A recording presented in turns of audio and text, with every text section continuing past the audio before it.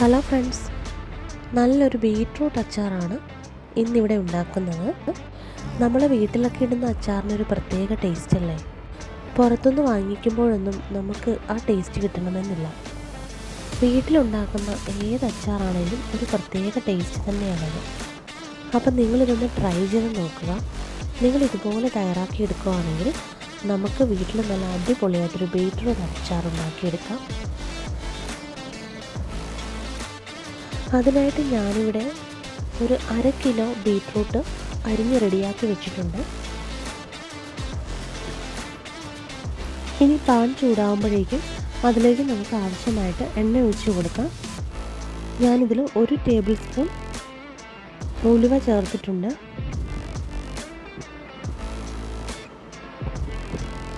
ഇനി അതുപോലെ തന്നെ 1 ടേബിൾ സ്പൂൺ കടുക് കൂടി ചേർത്തിട്ടുണ്ട്.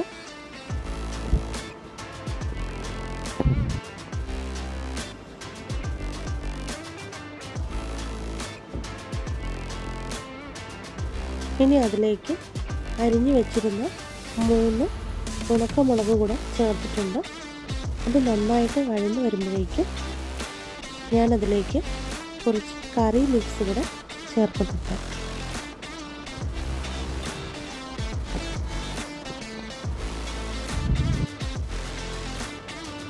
ഇനി ഇതിലേക്ക് റെഡിയാക്കി വെച്ചിരിക്കുന്ന 2 വലിയ വെളുത്തുള്ളി, 2 വലിയ ഇഞ്ചി, 3 പച്ചമുളക് എന്നിവ ചേർത്തിട്ടുണ്ട്. നന്നായിട്ട് ഇളക്കി യോജിപ്പിക്കുക.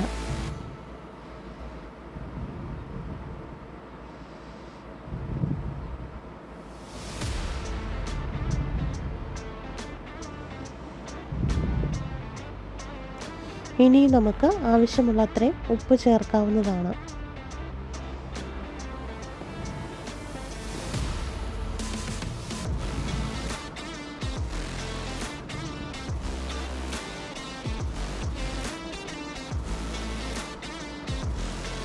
ഇനി അതിൻ്റെ ഒരു പച്ചമണമൊക്കെ മാറി വരുന്നത് വരെ നന്നായിട്ട് വഴറ്റിയെടുക്കാം.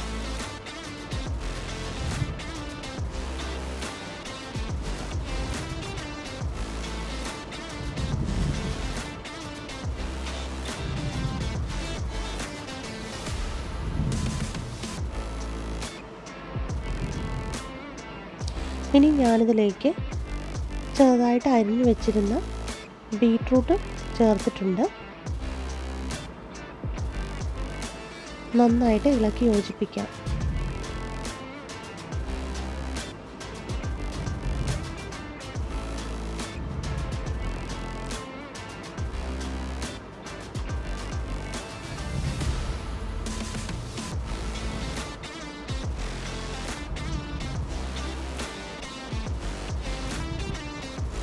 ഇനി ഇത് കുറച്ച് നേരം മൂടി വെച്ച് വേവിച്ചെടുക്കാം.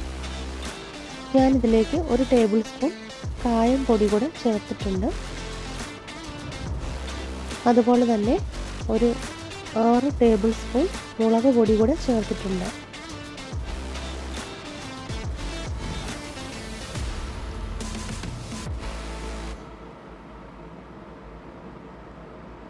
ഇനി ഇത് നന്നായിട്ട് ഇളക്കി യോജിപ്പിച്ചെടുക്കാം.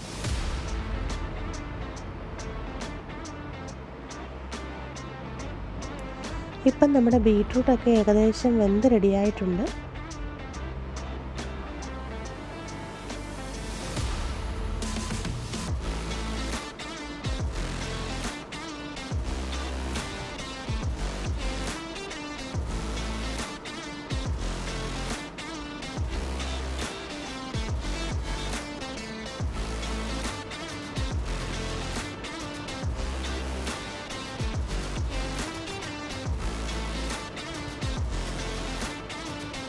ഞാനിതിലേക്ക് ഒരു 450 ml വിനാഗിരി കൂടെ ചേർത്തിട്ടുണ്ട്.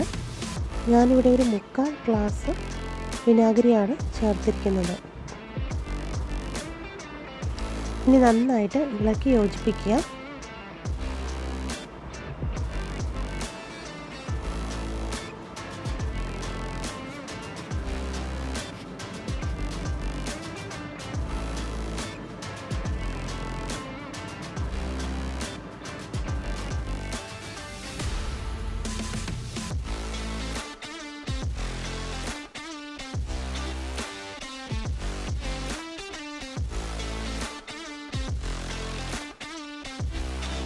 ഞാനിതിലേക്ക് കുറച്ച് കറി ലീവ്സ് കൂടെ ചേർത്ത് കൊടുത്തിട്ടുണ്ട്.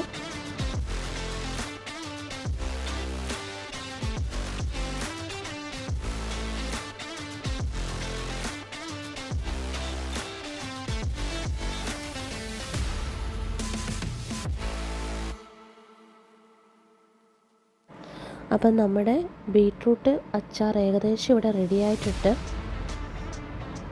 ഇനി നമുക്കിതൊരു റൂം ടെമ്പറേച്ചർ ആവുന്നിടം വരെ വെയിറ്റ് ചെയ്യാം. അച്ചാർ നന്നായിട്ട് തണുത്തതിന് ശേഷം നമുക്ക് ഒട്ടും നനവില്ലാത്ത ഒരു കുപ്പിയിലോ ഭരണിയിലോ ഒക്കെ സൂക്ഷിച്ച് വെക്കാവുന്നതാണ്. അപ്പോൾ എല്ലാവരും ഇത് ട്രൈ ചെയ്ത് നോക്കുക, അഭിപ്രായങ്ങൾ അറിയിക്കുക, സപ്പോർട്ട് ചെയ്യുക. താങ്ക്